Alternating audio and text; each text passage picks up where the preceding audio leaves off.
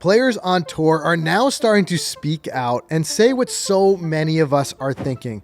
And that's this idea that us as fans are being robbed of a more entertaining product until we're able to find a solution to bring the best golfers back together. Now, luckily, we do have some news that slid a little bit under the radar recently, Mike, showing a possible indication that we may end up with some sort of advancement in the merger talk between LIV and the PGA Tour.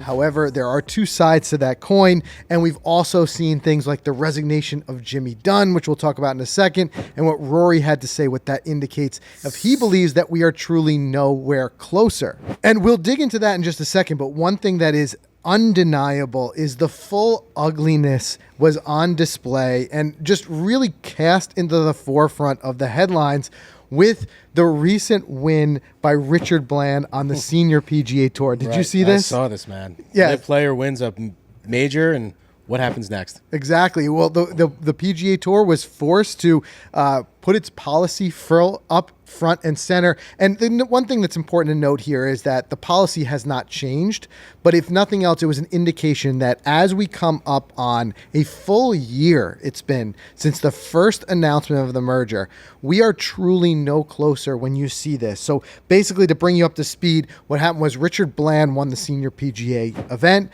Now that is a major in the senior circuit. However, it is not part of the PGA Tour, no different than what we have here on the PGA Tour, where you have the PGA Championship is run by the PGA of America.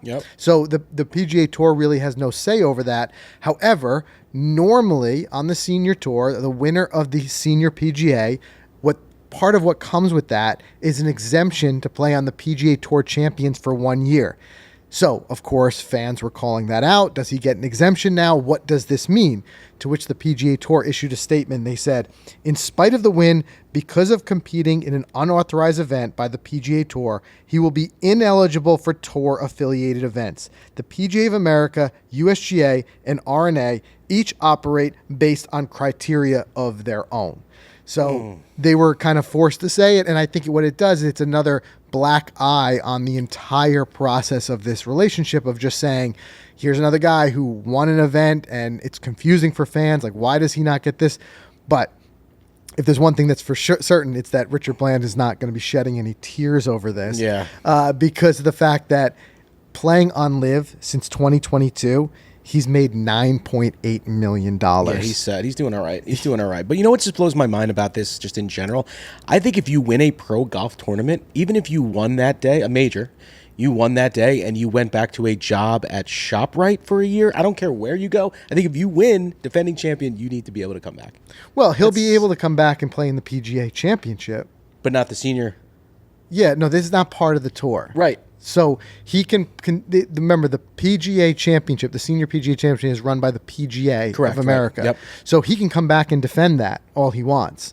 What we're saying is that he did not get an exemption. This is, I think, ultimately is the root of the problem here, is that the confusion that it creates. Yeah, exactly. Right? It creates a lot of confusion. But what it is that traditionally, if you win that event, one of the things that comes with it is an exemption to play on the PGA Tour Champions. That to is be a the part member. of, Got it. That is part of the PGA umbrella, the PGA Tour's umbrella. I think the hard part is, and I think this highlights how for the casual fans that are out there, especially with throwing on PGA and PGA Tour, it's some blurred lines. So he'll be able to play in the majors, but he's not. This does not mean that he is exempt to play into that, and that just shows you that basically it boils down to the suspension is full well in place. Right. I mean, there's no difference when Brooks won it last year, the PGA, right? Right. In other words, the same deal. It didn't exempt him back into the PGA Tour. Right. So here's the question, and I think what this highlights here is that you saw what I said. Richard Bland, $9.8 million. I think what we can debate forever is effectively whose fault is it? Was it greed that forced these guys to go over there? What was it?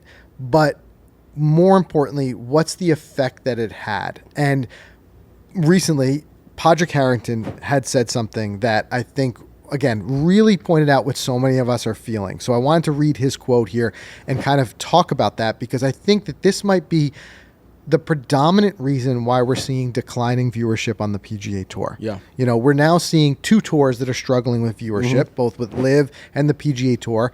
And I think a big part of it is the product that's been diminished because of these names. So Can you read it in the Irish accent? I could try to do my best Irish accent, but I think a lot of people would quickly tune out if I did that.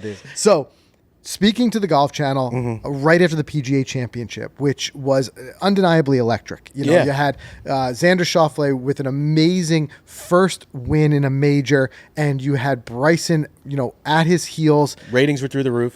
Were Bryson being Bryson, really just captivating moment to watch. And then the great show of sportsmanship we saw afterwards, Bryson coming out and congratulating Xander, all that type of stuff. And I think what we'll talk about more is how much this has really endeared Bryson to a lot of fans lately. But what I mean is that if there is a feud in a lot of ways, or if there is a separation between the leagues, you're not seeing it with the players. No, because here are two players who are arguably faces of each tour. When Xander Schauffele, who's been many, many times asked if he was going to LIV and many, many times shot it down. And then you have Bryson DeChambeau, who's one of the biggest faces of LIV, and they're coming together in a sportsmanship moment. Right? So what Harrington had to say, he said, "What I realized last week was, God, we miss Bryson. Like, Bryson was box office last week and really, really helped that tournament." He went on to say that Bryson helped push Xander's win on. It was fantastic, exciting, interesting watching. So we do miss those guys. So he's saying right there, like, this is the type of top level, not only golf, but personality. And I'm going to keep coming back to this personality in just a second, but I want to continue with that because he said something that you could make the argument that it was a little bit of a dig at Patrick Reed. But Harrington did go on to say, he said, "It's hard to believe we miss Patrick Reed." He said, "Rivalries are a good thing in sport. That's always been helpful, but we do need a solution. I will say that." So it begs the question. Right? Is part of what we're witnessing with the decline in viewership on the PGA Tour side because, and you can't say it's for a lack of great golf, because we're seeing great golf from Scottie Scheffler. What we just saw, I mean, that was not a PGA Tour event, but Xander's in the mix. Morikawa's in the mix on a week in and week out basis. There's great golf, right? Sure. But what's truly missing in a lot of ways is personality, and the big personalities, right? So I'm thinking about this. Yeah, that's true. Did LIV, although you can say LIV took a lot of top official world golf ranking top players, people also make the argument saying that they didn't take all the best players, obviously. Did they, though, take away all the biggest personalities at this point? If you look at, and everyone loves to do those scorecards, like if this is a Ryder Cup, LIV versus PGA Tour, who's the better golfers? I think that I still give the edge to the PGA Tour, even though the LIV has really picked up some strong golfers. I give the slight edge there. But where I give a heavy weighted edge is if you did a personality scorecard and you look at LIV. Sure. Right? Just look at some of the names that they took. Bryson. Yep. John Rahm. Dustin Johnson. Brooks Koepka. Phil Mickelson. Patrick Reed. Bubba Watson. Yeah. Now the addition of Anthony Kim. Those are arguably the who's who of the biggest personalities in golf. Would you agree? Sure. I sprinkle in an Ian Poulter in there too. That guy was always on Instagram showing off his cars, and so personalities were there for these guys, absolutely. And I think we even did a show, maybe a month or two ago, talking about it's healthy to have villains, right? Absolutely. Even like Harrington said. And when you removed a lot of the villains over to LIV, it created like a lull of a personality on the PGA Tour. Scotty's great. Scotty's awesome, but Scotty's kind of dry, And I don't think even Scotty would deny that. Sure. Yeah. I think Scotty, the draw in a lot of ways of Scotty is every person's going to relate to a different types of personality. And to him, he's just like, he's a guy he's a pure golfer. And what you see is what you get, but there's no controversy. Yeah. I mean, that's why everyone was so shocked with his arrest. Right. Right. And I think the way that'll play out is ultimately, I believe that Scotty's going to be, vindicated. Sure. But when I say, like, you think about the top tier golf, the highest moments of golf, the most exciting from a viewership entertainment product standpoint, I think so much of it was driven by the matchup between great golf and exciting, entertaining personalities. It doesn't mean you have to like those personalities. Exactly. It means that you're excited and entertained by them. I'm thinking back to, I'm going here. Shooter McGavin. Right. Right? I mean, it's like a love-hate, like pompous, like arrogant guy, but the personality was great on that guy. Like we don't have a Shooter McGavin. I know you can get Joel Damon, but like these it's are like arguably what would Happy be without Shooter? Right. Right. Like exactly. So I mean, yeah, you got your Spieths and your JT. Max Home was great on Twitter. There's personalities, but I think Liv's got the personality column locked up. And I even think back, more like real world example. At Tiger's height, Tiger blew the world away with the way he played golf, but he didn't do it quite as quietly as Scotty does now. You can make the argument on paper, Scotty has been playing as hot as Tiger was in his prime, right? Yeah, with no the doubt wins about he was that. amassing, the way he was winning, all those types of things. But I think a big thing that made the Tiger effect was also Tiger's personality. Tiger was the guy who went out there and showed his emotion, who the big fist pumps, think about all the most famous images famous you can ones, think about of Tiger Woods, and they were him, walking after the ball with the finger. Right. Really stuff that I would say similarly, what did we see was that coming from Bryson in the PGA Championship, him hitting a big shot and walking after Yes. it, right? Yep. Even back to with Bay Hill years ago when Bryson hit that big drive, his he's got his arms arms up up in the air, right? Yep. I want to clarify this because I don't think personality necessarily needs to be dramatic in a way that is Sure, like, yeah, no. you know what I'm saying? Controversial. Right. No, but what I'm saying is like, is showing that emotion. Yep. Right. And we saw that from Tiger in the height of his days too. And I think that's where the Tiger effect really, the full recipe came, was great golf and great personality. Yeah. Mm-hmm. It now makes me wonder, when we're watching the PGA Tour week in and week out, is the only storyline really for them left is the great golf. And undoubtedly there's unbelievable golf. I still watch the PGA Tour religiously every weekend, and you just see the strength and depth, even when some of these, up and coming golfers win. Like it's just incredible what they're doing. But how much is that one storyline going to carry the viewership, especially the viewership of the casual fan? Yeah.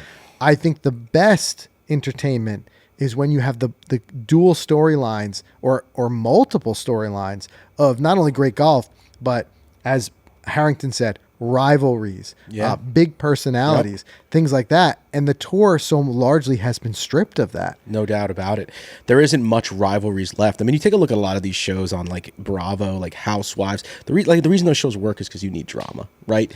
I think, there's not much that, you could say maybe Rory Cantlay coming down the stretch on a Sunday heads up because of their beef at the Ryder Cup. And it's still kind of relevant now. They're still kind of beefing. I think that's, by the way. But even Cantlay's so quiet about it. Yes. He's not a vocal person, and he's very stoic when he's out there playing. You don't see emotion on his face. You don't. So even that coming down, like, it might not even be as exciting. I don't know. There's just not a... Well, and let me say this. I don't think that the solution is to train these guys to be different personalities or to be more. I think what you need is a balance. I think you need the stoic characters out there. I think you need the Cantlays, the Jordan Spieths, the Scotty Schefflers. But I think those need to be balanced out with some alternate types of personalities. Right now, we're left in a lot of ways with great golfers, all with very similar, at least forward-facing personalities.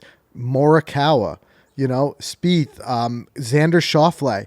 You get some out of Xander sometimes, like the cigar after he won. Yeah. But it is just not the same. Yep. And further proof and evidence of how important personality-driven stuff is the Netflix series Full Swing, where we started to get a viewership into a real visibility into some of the players' personalities. Yeah, right. Now, there was a lot that was endearing about Scotty Scheffler in that episode, right? But if you come back down to it, the biggest, most captivating personalities were hearing from even Dustin Johnson, who I get it. At times he can be a little bit seemingly monotone, whatever, but you'll get some interesting stuff out of him, and you'll get some unfiltered stuff. Same with Brooks Koepka. Will speak his mind. Right. Yep. Rahm will speak his mind. Rahm was always the guy to do that. And Rahm is a person who shows his emotion on his sleeve while he's out there.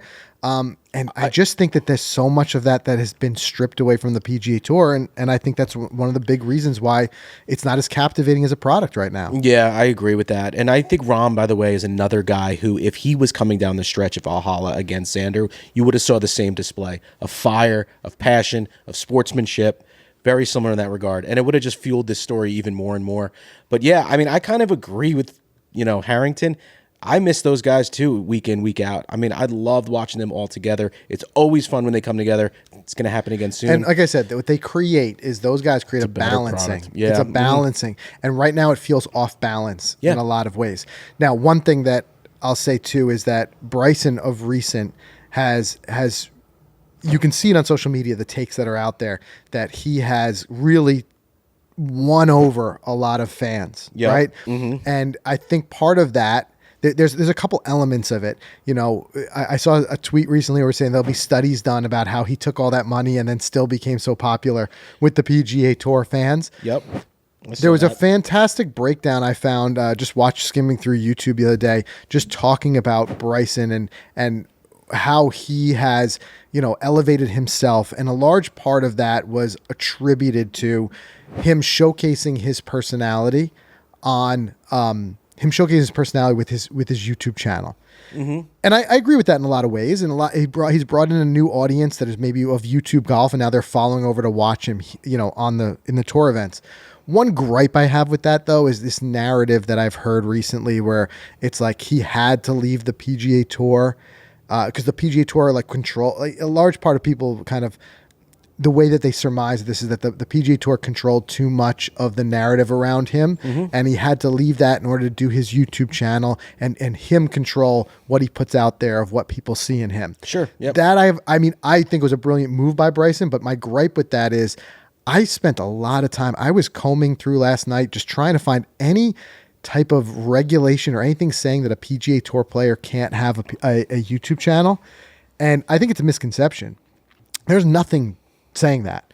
The PGA Tour, when it comes to media rights, they very tightly control anything with imagery, even with the players. This was part of the gripe that Phil Mickelson had when it comes to PGA Tour events. So if a player participates in a PGA Tour event, basically the tour owns everything that happened there. Imagery, Correct. video, everything like that.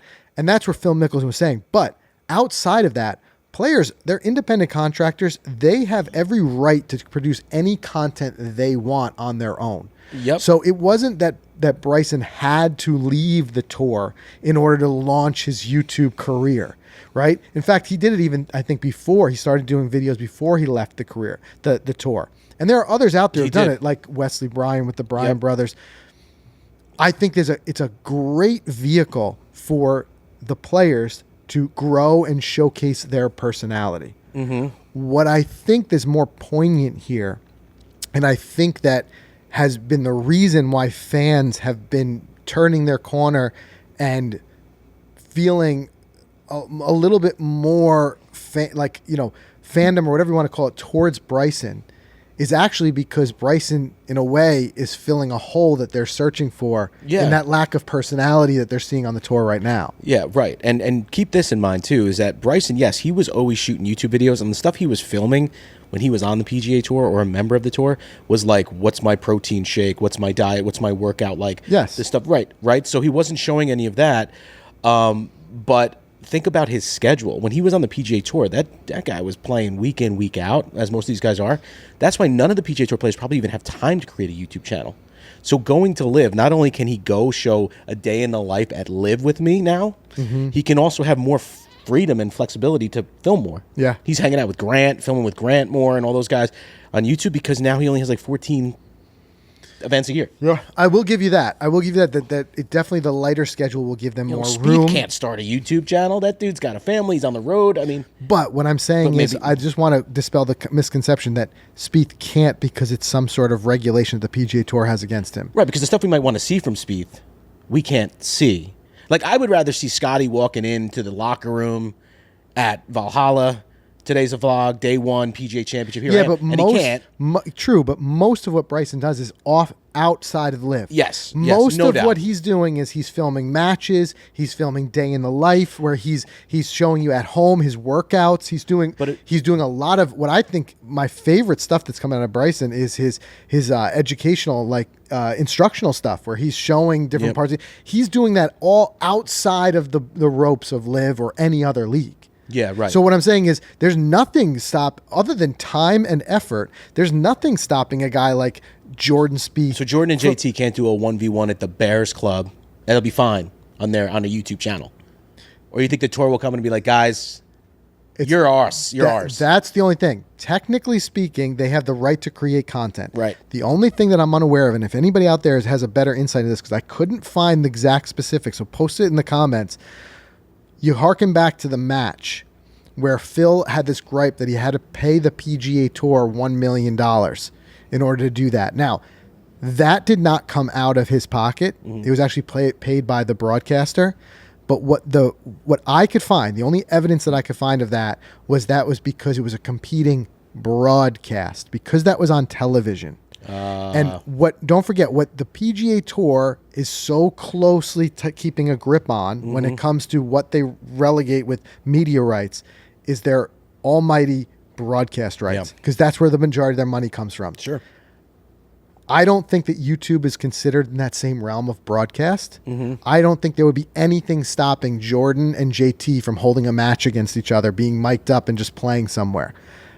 Okay. So what I mean by that is that these other guys have every option to showcase their own personalities, just like Bryson did. As long as it's not on TV. I think the reality is the subtle nuance is that there are certain personalities that are a bit larger than life. Yeah. And whether you become in a love them or hate them, they're polarizing. And that polarizing draws attention, right? Sure. Other guys just, their game, their skill level may be larger than life. A guy like Jordan Spieth. But Jordan Spieth, I think, is a guy who's a regular guy. You know what I mean? He's not having that visceral reaction where you either absolutely love him or hate him because of his personality. Yeah, right. You think about when Bryson hit the scene, even just what he wore, the cap, the way he spoke, you immediately had a feeling about the guy and you either loved him or hate him, and it was a draw. Right? And what I mean by that is I think LIV was adept at smartly not only just going after the top golfers, but their priority, at least if it wasn't said or it was implied, now we're seeing it as we decompress it after the fact, was let's put top priority on getting personalities. Because they realize it's an entertainment product, and an entertainment product just isn't the same without personalities. And that goes for all sport. I agree. Right? Yeah. So that's where we're seeing now, I think, the biggest fracturing, and I think it's going to be the biggest motivation to get these tours back together. So let's pause there. Let's do a quick word from our sponsors. Then I want to give you guys that update that might be the silver lining that potentially we will see some sort of merger or coming together. There is some recent news, and we can kind of dive into that in just a second. All right, we all want to believe in the golf ball that we're playing, and if you're looking for a golf ball that gives you low flight and low spin with incredibly soft feel, then the Titleist AVX might be the golf ball for you.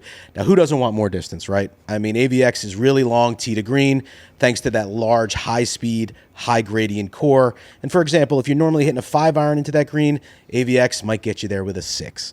So you'll get the short game spin you need for that excellent greenside control. And what I love most about the AVX is that feel on the green. It's just a very soft feel. I feel like I can roll that ball so much nicer on the putting surface. And what's cool is the AVX is available in white and that high optic yellow color. So you've got options. You could find out all about the Titleist AVX. And guys, if you haven't done it, go get a ball fitting and run through the whole lineup. See which ball is perfect for you. But if you want more info on that AVX, just go to Titleist.com. And guys, if you're looking for a new shoe this summer, you got to check out the FootJoy Pro SLX. They're really engineered for power and comfort. So they've got the Power Track system. You give them a flip over. Not only do I love the color and the pop that you get under there, but you got this 3D X-wing that they incorporated into the bottom of the shoe. And what's so smart about it is that it actually, as you apply pressure into the ground, and we've talked many times about ground forces, what it does is it actually makes the shoe even a little bit wider. It spreads out, that X-wing spreads out. It really helps you grip the ground. And when you take a couple swings with it, you feel it when you're able to get that stability and just put a really strong swing on it. And not only does it look cool, but like it really does stabilize, like I said, that lateral movement, that upper movement. There's so many different movements that happen in the golf swing. And where you're connected to that ground is in your feet. So if you don't have a strong connection, you're just not going to be able to do with your swing what you want to do. So we've been loving it. Like I said, super comfortable. Whether you walk, whether you ride, whatever it may be, it's a shoe that's worth a look. $189. So it's a great value in that way too. And some great colors out there to pick from. So definitely give the Pro SLX a look this summer. You won't regret it. And like I said, if you start to really think of your shoes as equipment, you'll realize that how much that really matters, and that's why you see it at the highest level of the game. So go and check it out. Go to footjoy.com. All right, so it's been obviously very quiet, and we've talked about this week in and week out on the show about the merger, where we at, and effectively something that we've been saying regularly is that I think this is an indication of some of the trouble that we're having with leadership, because I think a big part of great leadership is really good communication. And I think the more that, and I've said this, I'm becoming a broken record here, but the more that we as fans, media, players, the more they're left in the dark as to where we're at with this, the more it drives speculation, the more it drives, the issues that we're seeing unfolding here, where players are calling for some changes. So I think we do need some more out of that. But the small indication and the hint that we've got recently, this was just first reported on by the New York Times a couple of days ago. And basically what they said is they're calling it a few productive steps forward between the PIF and the PGA Tour. Effectively, what they said is that both parties have exchanged term sheets. Okay. So what this basically means is that they've each kind of put their terms on paper, and it may seem like nothing to us, but like when you're talking about a merger of this size and you're talking about the lawyers and everything that's involved, I think anytime it's almost like when you think when we're closing on a house and you're like, oh, okay, finally we got this in each other's hands. It feels like a more significant step forward. So the fact that it's exchanged, at least it shows that the negotiations are not completely cold. They continue to be ongoing. But like I said earlier in the show, there are two sides to every coin. And I think the bigger indication of trouble really was Jimmy Dunn's resignation, which happened just recently. And Rory kind of put it best. Rory is a person who has a close relationship with Jimmy Dunn. He also had a close relationship from more of a administrative standpoint when he was on the PGA Tour policy board for so long. But he said that basically, Jimmy was basically the relationship, the sort of conduit between the PGA Tour and PIF. It's been really unfortunate that he hasn't been involved for the past few months. And part of the reasons I think everything is stalling at the minute is because of that. It's really disappointing. And I think the tour is in a worse place because of it.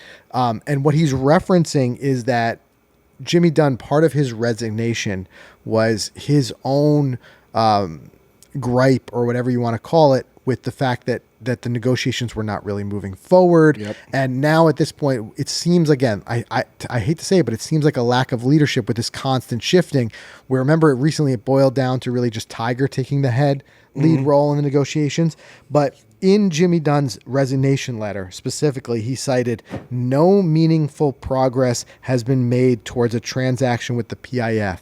And he cited that as his primary reason for resigning. It seems like a clear indication that here's somebody who started, he had a vision for this, he started it, and his frustration is now boiling over that basically we're not getting anywhere.